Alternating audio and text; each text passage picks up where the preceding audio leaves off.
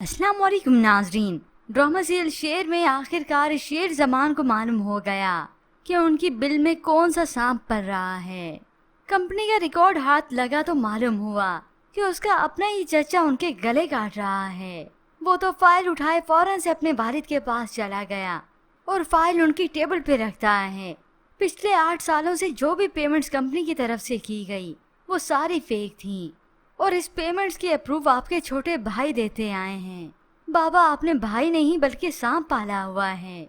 इस बदर को तो अंदाजा हो गया कि मेरे खिलाफ ही बातें हो रही हैं, क्योंकि शेर के वापस आने के बाद तो वो चौकन्ना हो गया कि पहले तो हमारा काम चलता रहता था मगर अब बड़ी होशियारी से लेना है ये काम। तो वालिद अपने बेटे शेर जमान को सराहता है तो शेर जमान भी वालिद को गले लगाता है, वालिद से लाड करता है। मगर उसके वालिद को तो यही फिक्र है कि दुनिया वालों को ना मालूम हो कि बेटों में फूट पड़ चुकी है। अब इधर बदर जो अपने बेटे को बताता है उसे तो गुस्सा ही आ गया, मगर वालिद समझाता है बड़े प्यार से इनके गले काटेंगे। जबकि दूसरी जानिब समरा को होश आ चुका है। उसे मालूम हुआ कि फजर को उसके वालिद ने ही जहर दे दिया। वो भी मौत के मुंह से वापिस आई है तो व्हील चेयर पर आकर उसका हाल पूछती है, उसे तसल्ली देती हैं। मर्द के लिए मोहब्बत करना आसान है लेकिन औरत को नहीं होनी चाहिए। बहुत भारी बोझ होता है कंधों पे खानदान का। ये सब सुनकर तो फजर और भी घबरा जाती है। उसे तो पहले भी डिप्रेशन हो चुका है तो वो ज़ारों कतार रोती है। उसके पास तो जैसे कोई रास्ता ही नहीं बचा।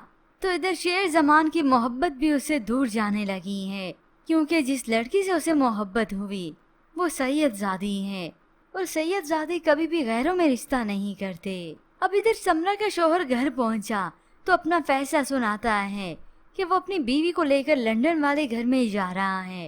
ये सुनकर बहन तो तिलमिला उठती है, जिसने समरा को गोली मारी। गैरत तो छू कर इसे नहीं गुजरती, लेकिन बेगैरत अपने भाई को कहती है दुश्मन की बेटी को लेकर भाग रहा है, बेगैरत कहीं का। तो भाई भी चिल्लाते हुए अब बताता है कि वो सिर्फ दुश्मन की बेटी नहीं, मेरी बीवी भी है। उसने मेरी खातिर सब कुछ छोड़ दिया। मगर इस फुप्पो को तो कोई सरोकार नहीं होता सिवाय अपने और खानदान के। यूं कहीं आज 2 खानदानों में जो भी दरार हुई, ये इधर इस फुप्पो की आग लगाई हुई है और उधर उस चचा बदर की।